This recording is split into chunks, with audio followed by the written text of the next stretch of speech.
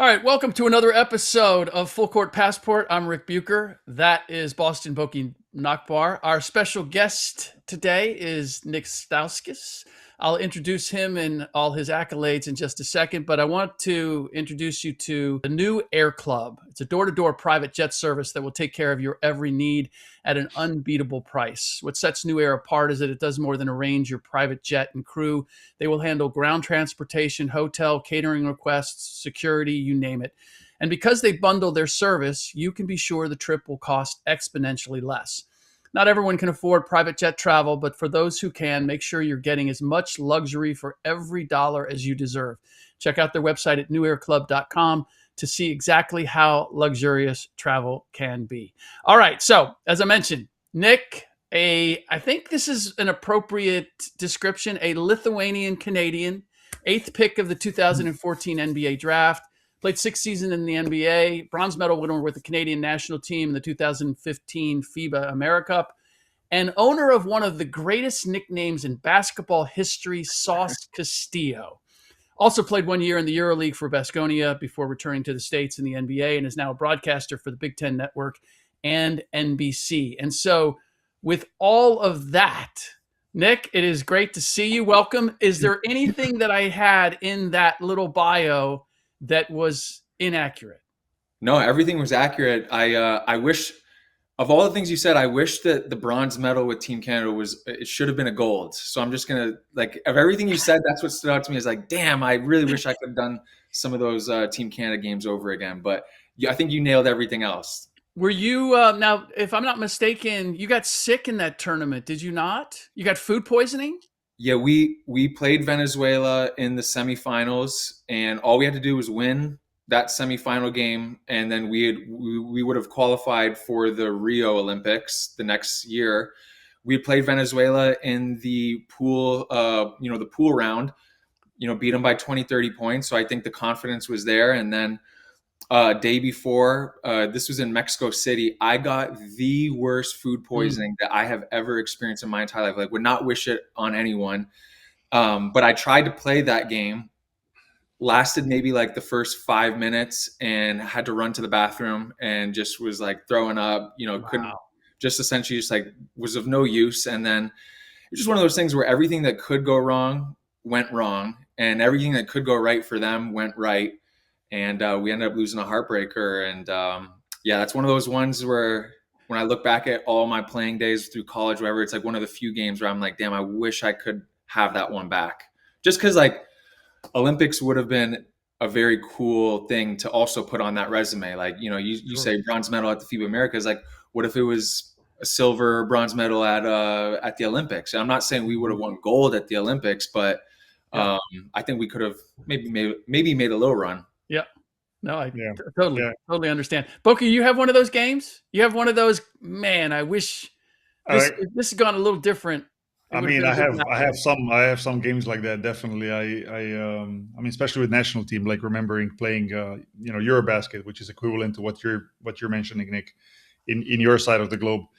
And we lost a heartbreaker in 2009, against Serbia, overtime loss, to make it to the final. Then third place game, we lost, I think it was by a point against Greece. So imagine, like, you're losing, overtime in semis at 1 point for the bronze medal, like that'll hurt, and it still hurts. So it is what it is. The one stipulation that I didn't mention in that was that it was a tie game with 2 seconds left, and I believe Venezuela shot the ball, missed, and the ref called a foul on the weak side box out on us. Wow. Put 0.2 seconds on the clock and gave them 2 free throws. The guy made the first, threw the second one off the rim. We caught the ball, game was over. And It was just so, maybe it was a foul on the weak side, but it was like, you can't make that call to, when an Olympic berth is at stake there. So that was the one for me that just really didn't sit well. Yeah. It's amazing how the ones that get away they stick there. Those are the ones that hang with you. The wins and the successes don't seem to occupy the same space, right? No, it's the one that could have been. Well, it's the For same. sure. It's the same with like all the great players that we've seen come through the game. It's like the losses and the failures are what motivate them. Like you watch The Last Dance with Michael Jordan. It's like he became Michael Jordan because of his failures, and he's like one of the biggest proponents of like, man, you gotta fail, you gotta fall flat on your face sometimes to kind of get that motivation, get that fire in you, because they sting. They definitely do. Yeah. Agreed. Nick, what are you engaged in now? I mean, how are you still involved in basketball? I believe something has to do with commentating in college basketball, but Yeah. can you expand on that a little bit? Yeah, no, I'm doing some color commentary for Big Ten Network and NBC, mainly just a lot of college basketball games within kind of on the East Coast, where more so where I'm located, and a lot of the games I can kind of drive to. It allows me to stay close to the game, but I'd say my passion is more so NBA basketball than college. So I'd love to get a chance to work more in the NBA space moving forward. And college is tough to keep up with. Like it's just rapidly changing now with the transfers and whatnot. So it's definitely a lot more work to prepare for each game and kind of understand each team, the players, some of the stories going on. But it's fun. It's once you're in that atmosphere, as you know, and the crowd's roaring and it's a tight game, like I almost forget sometimes that I'm broadcasting because you're kind of taking in the whole atmosphere. So that's probably been my favorite part of it.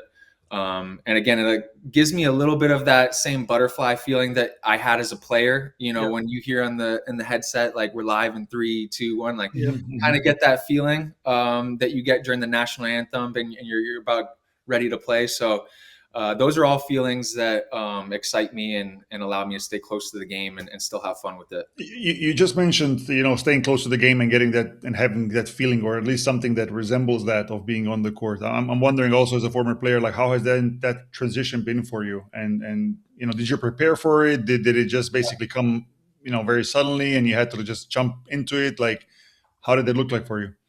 Yeah, so I battled I was out of the league. I was in the EuroLeague for a year, as you guys mentioned. I came back to the US after my 1 year with Baskonia. I actually cut that year short to come back to the US to get surgery on my knee. Like it just was one of those things where it was a nagging injury and I just couldn't kind of get over the hump. So it was 2020. I came back to US, and then my goal at that point, I was like, man, I'm going to rehab and I just need to get back to the NBA. Like, I knew it wasn't like I had like 10 more years left in me, but I was like, I think I have like 3, 4, 5 more good years left. And it would just mean it would almost mean more getting back on a roster than it did getting drafted, back in 2014. Like I just really wanted to prove it. And so did the G League, was kind of bouncing around and got like a 10-day here and there especially during that COVID time when a lot of guys were getting called up, but wasn't able to stick. And so finally battled my way back onto our roster. The Celtics signed me in 2022, and we lost in the finals to the Warriors that year. And I had really grinded to get back and was kind of like almost more mentally exhausted than physically at that point, especially with all the moving and uncertainty in life. And then my wife was pregnant with our first child, and the child was expected to be born in September. So as you guys know, training camp was starting up the next year, but I was a free agent again. And I told my agent, I was like, man, like if a team is serious about, giving me a chance, I'll go to whatever training camp after my kid's born, and I'm going to pursue this. And I was ready to go, but I was like, man, I don't have it in me to show up to training camp to get sent back down to the G League or, go back overseas. Meanwhile, I have a newborn at home, and it just was like, I think I played on 14 teams in 8 years when you calculate EuroLeague, G League, whatever. And it just was one of those things for me where I wasn't enjoying it anymore. Like, in all honesty, playing in the NBA was the least fun I've ever had playing basketball. Wow. And it was all I dreamed about my entire life. So when you ask like, how was the transition? I thought it would be way more difficult. Like 10 years ago, if you said, imagine your life without basketball, I would say I'd rather not live. Like, there's no point in me being here if I can't play. But that time came, and it was just so painfully obvious that I wasn't enjoying it. And it was kind of putting stress on my family and the ones around me. And I was like constantly not happy anymore. And so, yeah, all of a sudden, like 2 weeks went by, 3 weeks went by, 2 months went by, 3 months went by. I haven't touched a basketball. And I was like very okay with it, strangely, which shocked me because I could have never imagined a world where I was, in that headspace. But I had other things that were occupying me. Like I was very passionate about kind of figuring out life as a dad, and kind of like being at home for all of that. And then also, while I was playing, I got really into finances and investing. So that was another thing for me that was kind of a smooth transition of like things to occupy me and, spend time and mental focus on, which, I really enjoyed. So once you got your knee right, was there any consideration to going back and playing overseas and continuing there? Because I think you retired at 28, 29, and Yeah. obviously No, your knee I was definitely probably had still playing. offers. I Yeah. definitely had offers, and it was a consideration. And I think if I didn't have a newborn, I probably would have maybe given the EuroLeague one more shot. I would say my experience at Baskonia wasn't the best, so I had like a tainted image of what it would look like going back. And obviously, each team, each coach is a completely different situation. So I was trying to come up, think of it with an open mind, but it was really just having the newborn that I was kind of like, man, it just wasn't, it just was so much for me to think about moving everyone back out there. And then, figuring out being a dad in a different country where we don't speak the language. Like there were all things that were going through my mind where I just, again, wasn't having enough fun for it to be worth it for me anymore. Yeah. But, I definitely considered it still. Cause again, it was like, once you're walking away from basketball, you're walking away from basketball. So it was not something that I took lightly. Yeah. No, But- you know what? I can relate to that. My kids were not newborn, but they were 5 and 7, and I was working for. I essentially left ESPN because I wanted to be a dad. The job that I had, I was gone all the time, and I can never forget coming home one time, and I was basically coming home to change out my suitcase and hit the road again. And I was putting my daughter to bed, and I said, I won't be here in the morning when you get up, but I'll be back in a couple of days. And she started crying and said, Dad, you just got home.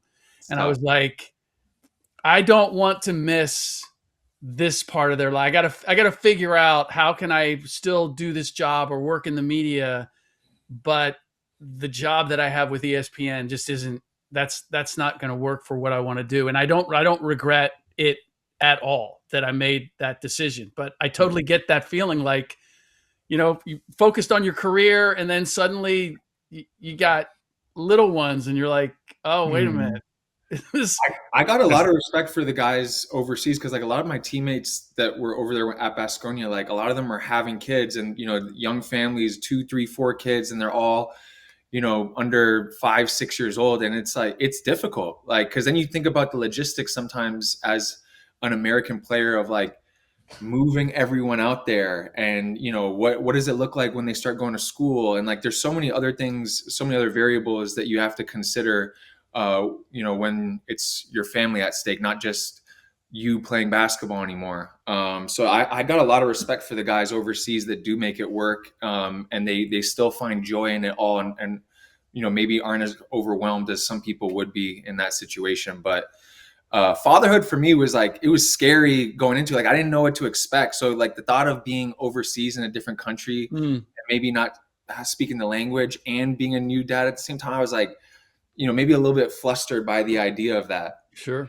But since you're mentioning family a lot and your Lithuanian heritage, I don't know how connected you are still to Lithuania, but my question is, did you ever consider playing part of your younger time as a player, let's say high school or even college? Like, did you ever consider developing in Europe, specifically Lithuania, just because of how strong Lithuania is basketball wise and the basketball players they produce and the basketball they have?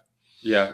I know that when I was in college, Lithuania had asked me if I was interested in competing with the Lithuanian national team in some of their events. And at the time, I didn't have a Lithuanian passport yet, but they told me they could help me with that. But I had also played, with Canada in the lower ranks, like under 16 and all these different things. So I almost felt like I'd be betraying Canada in a way by all of a sudden jumping ship now that I was like, almost at the professional level. So that was a hard decision because obviously, as you mentioned, the rich, tradition and history of Lithuanian basketball, like it was something that, I think would have been good for my development, especially at a younger age. And obviously the competitiveness of, all those games, all those teams they play are top tier. So it was something I considered, just never kind of fully came together. And it was, more so that I felt the loyalty to playing for Canada at the end of the day. But yeah, I actually never, while I was in EuroLeague, now I'm thinking about it, I never even, that year, we never played in Lithuania. So I'm kind of now looking back and I'm bummed that I never got to actually play in Lithuania as a EuroLeague player. But I've heard that, Žalgiris, like I've heard that arena and that atmosphere is like the best one in the EuroLeague. So yeah, again, I'm bummed I never got to take part in that. Yeah, it's an NBA style arena, packed every time for yearly games, and the atmosphere is just amazing. So, if you ever do have a chance to visit there as a spectator, I highly recommend it for sure. Yeah. Nik, I'm wondering how your Lithuanian heritage growing up as a Canadian in Toronto, how did that shape your perspective and approach to basketball? Well, it's the whole reason why I started playing. My first experience playing basketball was at 7 years old. I played for a church league team called Austra, which is again just my uncle was the coach. I had never played before, but it was just a bunch of Lithuanian kids, and we would go to either Chicago or Detroit, where there's these other kind of hubs of Lithuanian communities, and we would play against other 8-year-olds.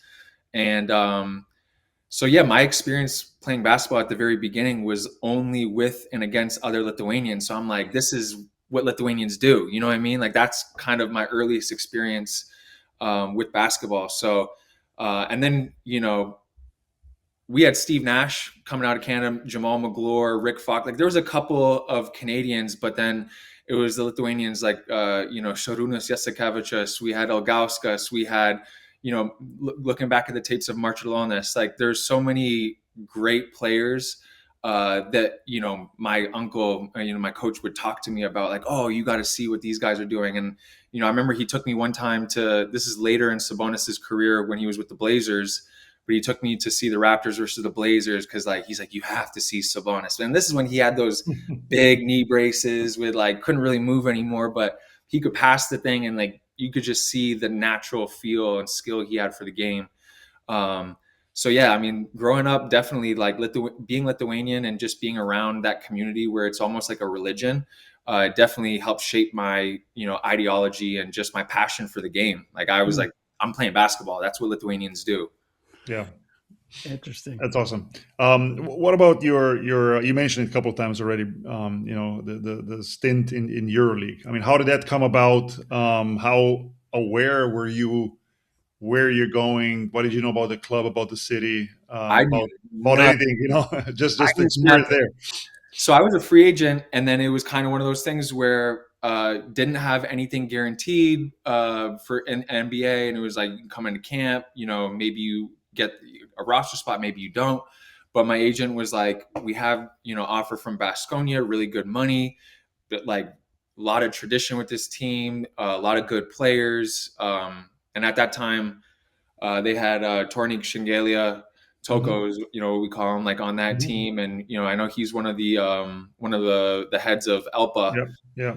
So it helped kind of having him and, getting to talk to him a little bit, but I didn't quite, especially just being in the NBA for the last couple of years, I didn't really have any perspective of how different it was, on a variety of different levels. So I really didn't know what I was getting into. And then also I didn't know, I'm like, is this like Barcelona or Madrid where I might be, there's gonna be tourists there and people are gonna speak English, or is this just, straight Spanish? And come to find out, they speak Basque in Vitoria-Gasteiz, which is a different version of Spanish, and it was no English.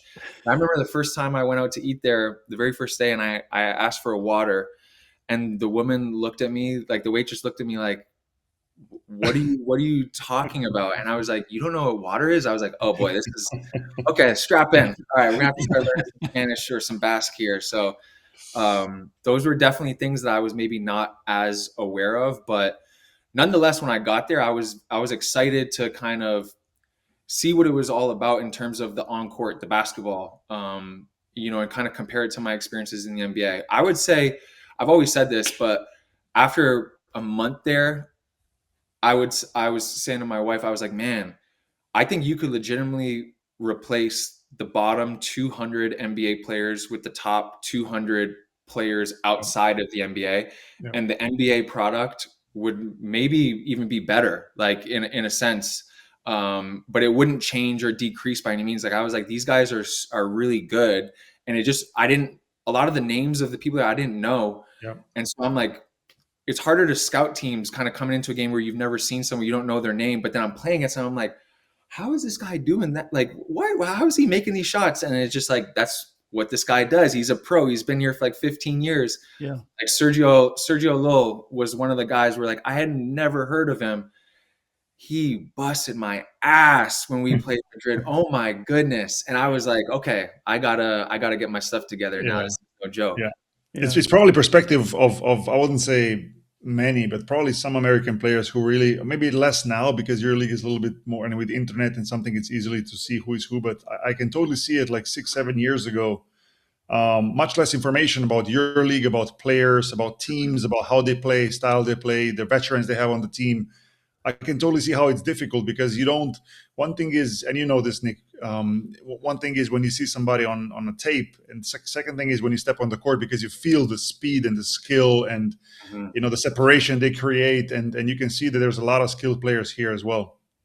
And not to mention, like to add on to that, I definitely felt like in certain cases, like there was like just coming from the NBA, that it was like guys were going at me, like guys were like, oh, you think you're good? Yeah. Okay. Yeah. And then it's like they'll just start showing you. And so for me, it was a wake up call where I was like, damn, these guys are good. And the competitiveness of the games on a week to week basis, like I always say, in some ways better than the NBA regular season. Because, as you guys know, in regular season NBA, it's just kind of, the product isn't amazing. Guys are hurt a lot of time. Guys are resting, maybe not giving 100% effort, but the atmosphere and competitiveness of the EuroLeague game is truly top tier every single night. And mainly the atmosphere in some of those games. Like I remember the first time playing in Athens against Panathinaikos, and to this day I'll say I'll have to see about playing against Žalgiris because I never did it. But I was like, that arena was the most wild environment I've ever seen. Grown men smoking cigarettes with their shirts off, flares going off. And I look at Toko, I'm like, what? You never told me that this was. He was like, yeah, this is normal. He was like, this is nothing for this kind of atmosphere. I'm like, this is crazy. Yeah. I remember that was Rick Pitino's first game as the coach there, and they had Jimmer Fredette and whatever. They had Jimmer pulling up from half court, and the place was shaking. It was so loud. I was caught off guard because, again, in the NBA, you don't have that kind of atmosphere on a Tuesday night regular season game, but that's kind of what you have every single day in the EuroLeague. Sure.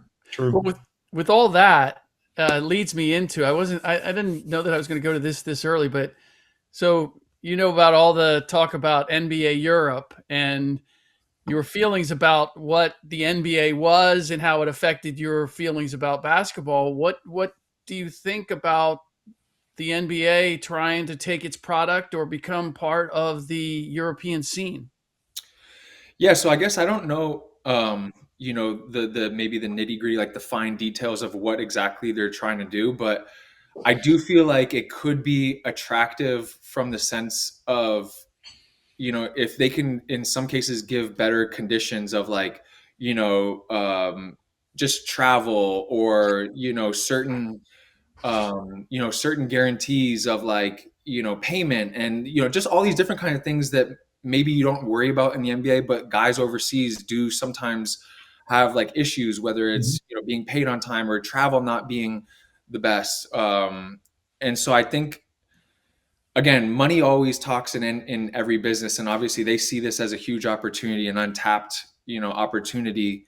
But I think I think also it's important to like, again, I don't know the exact details of what they're trying to do, but I think it would be important to protect the integrity and like the history of the clubs.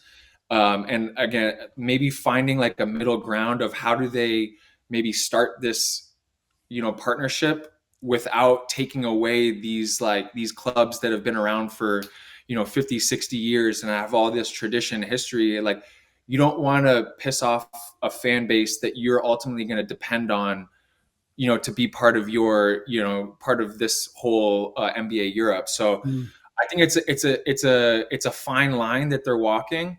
I can see why they're trying to do it, and I can see how for some players it might be enticing to kind of, if it requires them to jump ship, they might, if there's better pay and there's better conditions and all these different kinds of things. But ultimately, I don't think the EuroLeague or basketball in Europe needs any help with their product. Like, the product of the basketball is phenomenal. So maybe it's like, in terms of the marketing or helping it grow and expand the viewership out there, and the interest, maybe they can help with that. But again, I don't know the fine details of exactly what their game plan is in trying to penetrate that market. Yeah.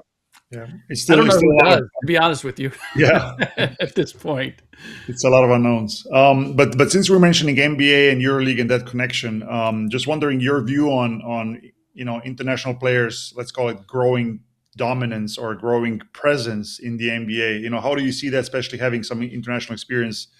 I assume it doesn't really surprise you, like it might surprise somebody who never seen international basketball. I'm not surprised by how many, Europeans, international players in general there are in the NBA. I guess I am more surprised that it's like the conversation shifted towards, well, who's going to be the face of the NBA, because the NBA needs, an American face as the NBA. Like, they're tentative to just like give the face to an international player, which maybe I don't agree with, but again, maybe they're catering more or the media is catering towards this fan base here in the United States. But it's maybe a little surprising to me that it's like, you look at every MVP over the last 6-7 years, it's an international player. And, you go around the league on a game-to-game basis on, a Tuesday, Wednesday night, not most, but like maybe half of the best players that you're seeing on the court are international players. So I would say I'm maybe more surprised by how prevalent they are, the international players at the top of the pyramid. Like, they're all there. So I didn't see that coming this quickly. Maybe you look at the bigger picture, maybe it didn't happen so quickly, and it's been kind of like a slower evolution. But it's like, once the dam opened up, it's like once the floodgates opened up, it was just like, man, this influx of top tier players is next level now.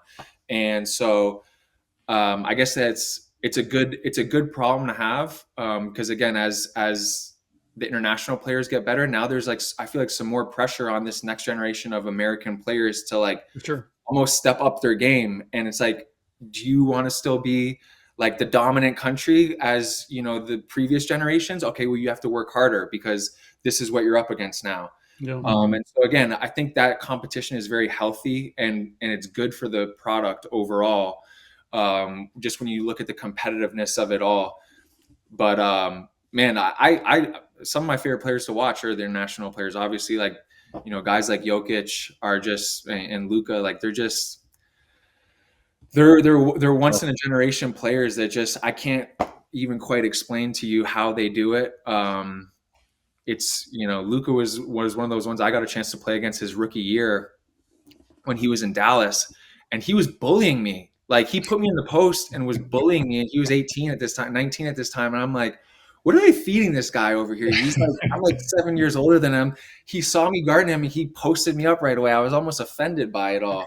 But again, these guys are just, man, they're damn good. They are damn good. And it's, I love that they haven't shied away and they've come into the NBA with confidence that like, I belong here and I am the best. Yeah.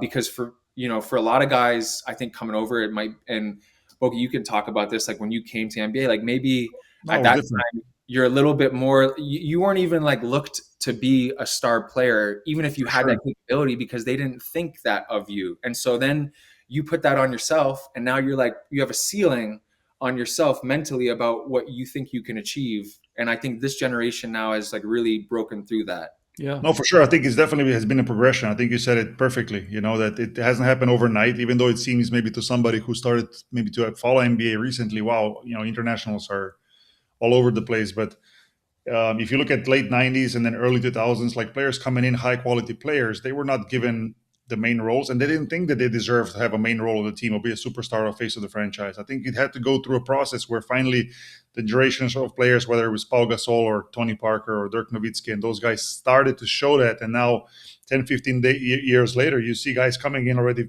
with full confidence, like, no, I'm the guy.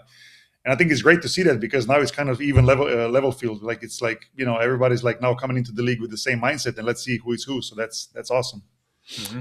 All right, Nick. So before we let you go, I have to ask you two questions because I don't want to leave on a down note. And my first question is, you talked about like how you kind of lost your love for basketball playing in the NBA, and considering where that love was at the start.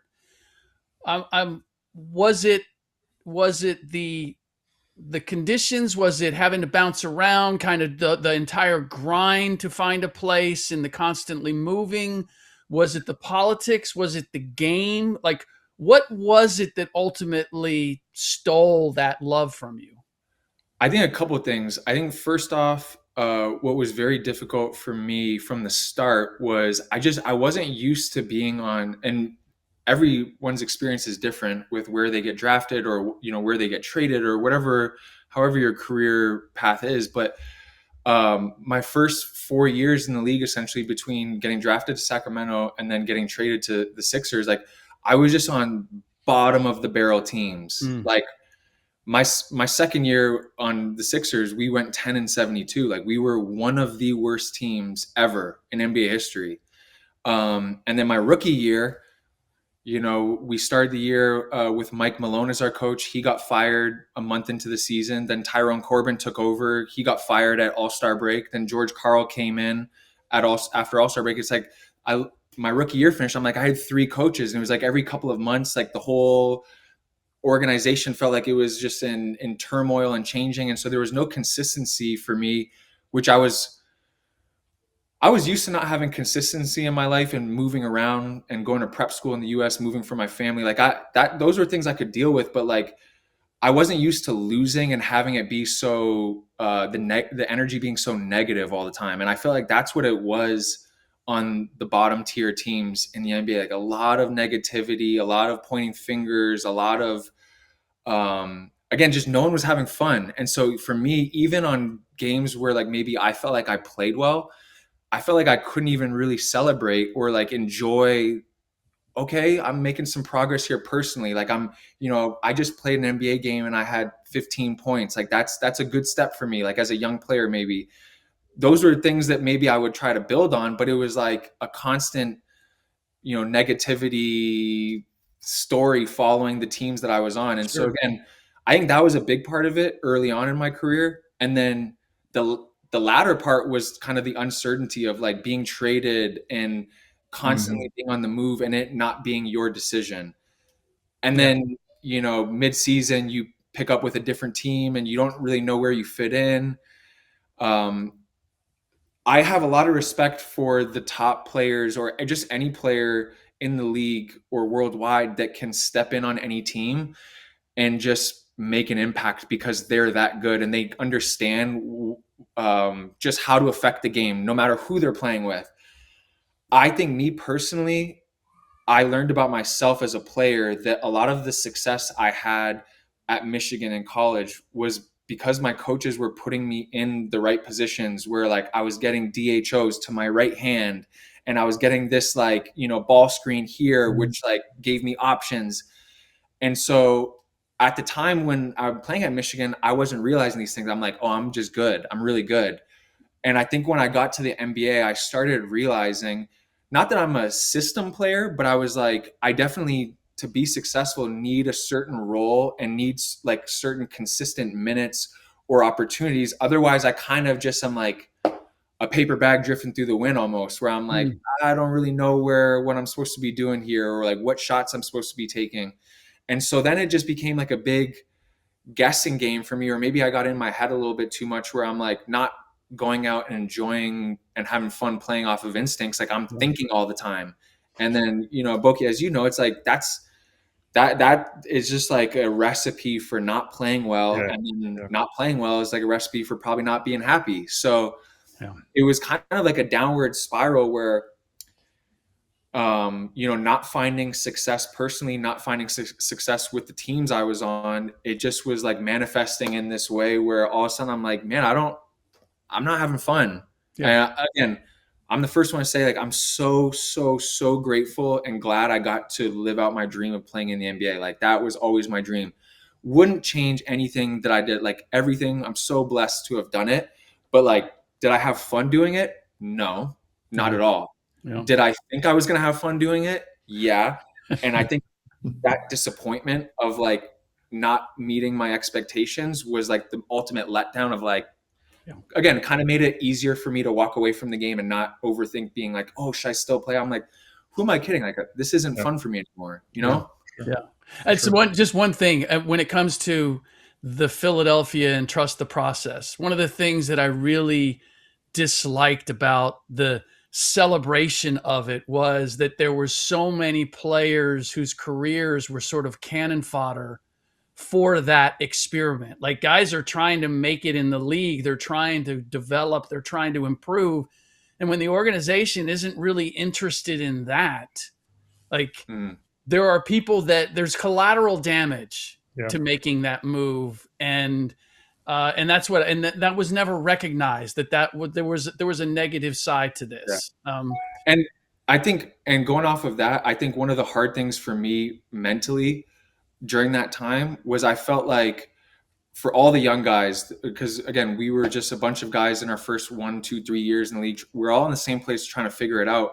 But I think the difficult thing for me was the realization of like, okay, we're not a good team. So what we do, as an individual, each player, what we do while we're out there, even if it's good, isn't going to be valued the way it would on another team. So it was almost like, again, kind of going off of like, even when I had good games, I didn't feel like I could quite celebrate it because people would just dismiss it of like, oh, you're on the worst team. Yeah, you're going to put up numbers sometimes, but it doesn't mean anything. And so it was almost like feeling trapped. Like I couldn't like progress or like move up in any way because ultimately it didn't matter. Like everyone just looked at us as the laughing stock. And it's like you just do more harm to your value than good, honestly. And like a ton of guys, from that experience, like I feel sorry, like a guy like Jahlil Okafor, that at that point I feel like could have been one of the best bigs in the NBA, and maybe he came in at the wrong time of like the game changing towards 3-point shooting. But it was like there was a lot of guys that were very, very talented that just kind of fell through the cracks because it didn't matter what they did on a 10-72 roster. Mm-hmm. And so ending on a positive note, what is the accomplishment? What is the thing that you did in basketball that you take the greatest satisfaction from?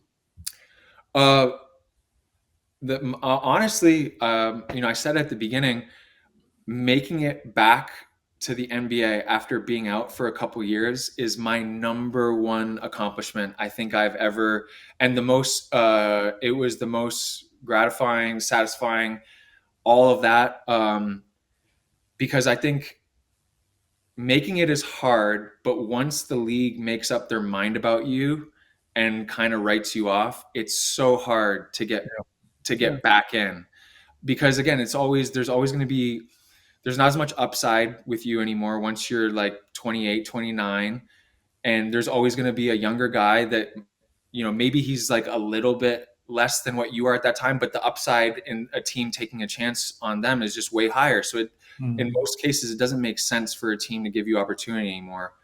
And so my grind to get back to the NBA, of like, I'm like, hey, I'm not doing any more social media. Like I deleted my social media for a while. I'm like, I'm just going to lock in. And I'll end with this short story, but on March 1st, 2022, I was ready. There was 1 month left in the G League season. I was ready to quit basketball. We had a game that day. I was with the Grand Rapids Gold. I called my wife She was pregnant with our youngest, and she was working at a law firm in Grand Rapids. She's an attorney.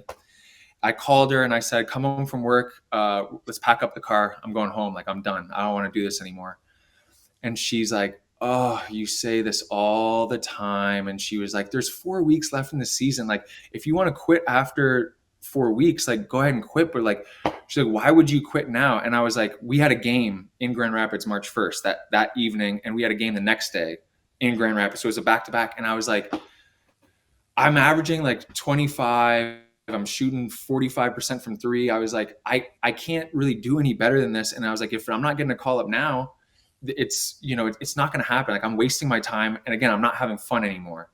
And she was like, you say this all the time, blah, blah, blah. And she was like, listen, you quit in the next 4 weeks, go ahead. But she was like, if you're not going to do it for me, if you're not going to do it for yourself, at least do it for, our child that she was pregnant at the time. Cause she's like, when she asks you later on, Daddy, how did your career, like, how did it end? What are you going to say? Are you going to say you quit with a month left in the season? You didn't see it through? And then I was like, damn it. I guess I got to play today. And I really didn't want to, but that line made me play. Fast forward to that evening. For the first time in my life, I came into a game, no butterflies. I didn't care. Like, I just had zero desire to play anymore. But I'm like, okay, I have to play the next 4 weeks, I guess, but I'm going to just like kind of half-ass it. Well, that game started and I had 37 points in the first 12 minutes and was I think like 13 for 13 from the field. And I think I had like 8 threes in that first 12. And so a timeout was called like 1 minute into the second quarter, and I just hit another three. And everyone on my team, like, I'm sitting on the bench, everyone was like, what has gotten into you? And keep in mind, I'm doing all this, like, I'm hitting threes, and I just wasn't, like, I was stone cold. I didn't care. So I finished that game with 57, which was the most I've had at any level of my career. And my agent calls me after the game, and he was like, where the hell did that come from, man? And I was like, my agent's name, Mark Bartlestein. I was like, Mark, do you have something for me? Like, do you have a deal for me? He was like, no, I don't have a deal for you, but like, you guys have another game tomorrow, so just do it again. And I was like, yeah, sure. I'll just do it again. Like, I'll just score 57 again. It's no problem. Don't worry about it. So I was all pissed off because I'm like, if I was going to get called up, it would be after I had 57. So now I'm feeling even more dejected going into the next day. So March 2nd, we have the second game of the back-to-back, and the game starts, and in the first 4 minutes, I have 4 threes.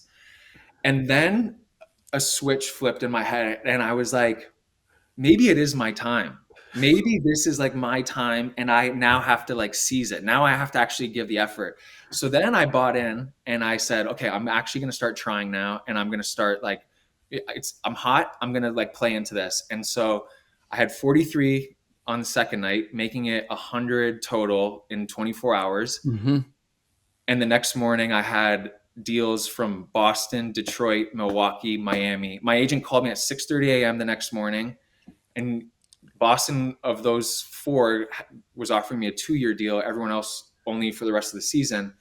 And I just broke down crying. Like, it was just the most insane 48-hour period where I was ready to walk away from the game, and all I wanted to do was make it back, but I was so dejected and not in it anymore that I just was ready to quit. And then the sequence of events that followed after that, to be on a plane to Boston the next day, it was one of those moments where, again, I'm not very religious or spiritual, but it was like one of those moments where I was like, damn, there was something or someone that was like nudging me of like, it's not your time to quit yet. Like, there's more in you. And so to see that through with I joined the Celtics and we go all the way to the finals that year. It was, I would have loved to, continue playing after that and even maybe get more of an opportunity to play during that run to the finals. But again, for me, it was such a joyful experience of like just being back and then, getting to kind of see it all the way through against a team like the Warriors and Steph Curry in the finals. Like, to me, it almost made it a little easier for me to walk away from the game after that, just being like, okay, I'm okay. I gave it my all. I I made it back to where I said I wanted to be. Maybe it didn't end exactly the way I wanted it to, but to me, that's still what I'm most proud about, because I understood what it took to get back there. And it was definitely much harder than the previous 20 years of working as a kid to get to the NBA in the first place. Like it was a journey for sure. That's very cool. Wow. By the way, the something or someone, I mean, I can identify the someone, your wife. Like, Well, no, I know my wife, she definitely has always been she's always been the one that looked out for me, and she's had the tough conversations with me, even when I was at Baskonia, and at times maybe like, in my own head about things. Like, she was always the first person to like sit me down, and she's like, I moved my ass to Europe for you, left everyone at home for you, and so you have to give this full effort. Like, she's always been the one to keep me in check. So I'm very, very grateful for that. But more so, like, bigger picture of like, how did I have 23s in a 24-hour period when I had never done that before? Yeah. Like, how did that happen? Yeah. That's fair. That's very fair. That's awesome. Nick, thank you so much. Fantastic stories, and love that you were able to pivot as seamlessly as you did. It seems like everything is in the right place. Thank you so much for taking the time, and hopefully we get to see you on an NBA broadcast, or the broadcasting career goes exactly the way that you would like. No, thank you guys. I appreciate that. And hopefully all of our paths can cross soon again. And good luck with your guys, the full court passport. Love the idea. Love love you two together. Just talking hoops. And again, thanks for having me on. Appreciate it. Thank you. All right. Thanks, Nick. That was Nik Stauskas. Well, we went way longer than I expected, but it was so good. It was. But so I mean, good. you can tell, like, he's a perfect player who's seen the best and the worst of the NBA, and it's a guy that we could talk to for hours, probably, with so many more stories that he has from the NBA, or even his one season in EuroLeague, which I know it wasn't easy for him, of being on with Baskonia. But yeah, so much to talk about for sure. So I want to. We had a lot of other stuff that we were going to get into. I'm going to let you pick where you want to go, because we've got the stretch run happening. We have a lot of the domestic leagues. We had championships decided. We had a huge Nick's former team, Baskonia, had a huge upset of Madrid for the Spanish Cup. Where would you like to spend the last few minutes here? I think we mentioned Baskonia a lot today, and I think in general we haven't really done them justice this year, because when we mention game of the week or talk about different clubs, we haven't really spoken a lot about Baskonia, and they deserve all the praise because they have won the Kings Cup, so-called Copa del Rey, here in Spain, and I mean, Barcelona, or especially Madrid, were the heavy teams favorites. the favorites to win, or Valencia, who's having an amazing season, and the tournament was in Valencia, but Baskonia came out on top, and then for them to capture that and to surprise everybody, it really tells you how even the Spanish teams are with each other. Even though you have the big names on one side and maybe Baskonia that doesn't really come up to the level when you mention these global icons, when you talk about clubs like Real Madrid or Barcelona, like Baskonia has always been there. They're always a team that are extremely dangerous and will pull the upset any chance they get. But I think in general, what is interesting is the cup competition in general in Europe, like all European international competitions stop, and in the respective countries, domestic cups are played. Kind of like what you have now in the NBA Cup, even though NBA Cup kind of came from European basketball and football idea about playing the cup, but that's what it is, right? Like, basketball focuses only on that 3-4 day tournament, and we've seen, I think, in total 8 EuroLeague teams winning in their respective domestic cups. But yeah, it just shows how tough the competition is, because not everybody wins, and not all the EuroLeague teams raised the title. Some of them even lost in quarterfinals or semifinals, not playing against EuroLeague teams. So it shows you how even the basketball in general is. So how do I reconcile the fact that Baskonia is 9-19 in EuroLeague play, and they now have the Kings Cup? Well, I mean, first of all, Kings Cup is a 4-day tournament. You play 3 games basically: quarterfinals, semis, and finals. And if you come into that weekend feeling good, having all the players in good shape, not injured or not having some nagging injuries like some other teams probably had, it's really comes down to like this daily opportunity that you get on the court, making or missing a shot, a referee's call that can go your way or the other way. It's one game takes it all. It's kind of like a resemblance on what we see at the end of EuroLeague season, which is the Final Four, which Yep. some fans or some people are like that. I will say probably more, at least that's my opinion, more people or more players don't like the fact that Final Four decides the champion, but that's kind of like what Cubs games are. That's what makes it exciting. It's one Yep. game, you win or lose, and win or go home. Yeah. No, March Madness is the same thing. Yeah, exactly. It's there's a lot of conditions, circumstances that can impact it for sure. For sure. I mean, if they were, if they weren't at the bottom of the EuroLeague, and if Madrid wasn't where it is, I would say, okay, like I get it. There's things that ran the right direction, but it's the distinction between them in EuroLeague play to this point is so True. drastic that's what. But it's drastic on the standings. I don't know exact the margin of points of how much Madrid is, since you mentioned Madrid, but how much Madrid is winning in general and how much Baskonia is losing. I would think it's not a big difference. And I think the difference in wins and losses, I think it's 8 games, which on one hand you can say it's a lot, but if you figure that Baskonia probably lost a couple of really close games, Yep. They're much closer than you would think. And even, I mean, EuroLeague standings are as tricky as you can imagine. True. Because True. The second team right now has 18 wins, which is Olympiacos and Valencia, and then you go all the way down to 10th spot, and it's Red Star with 16. I mean, it's 2 games, 2 wins difference. I mean, that can change in one double week, you know. So it's the difference is not as big as you would think, and these EuroLeague teams with each other are very competitive and comparable, even if a team is ranked 15 and the other team is second. Yeah. No, I was looking at the standings, and Fener has like a 2-game advantage. I was like, gosh, that's huge. It is huge. It right? is huge. It's huge. I mean, especially now going into the last stretch of the season, like that's going to really mean a lot. Like if you're going to separate yourself by the team behind you for 2 wins, like you're going to do everything possible to not let the team creep up back and even out on the standings. Yeah.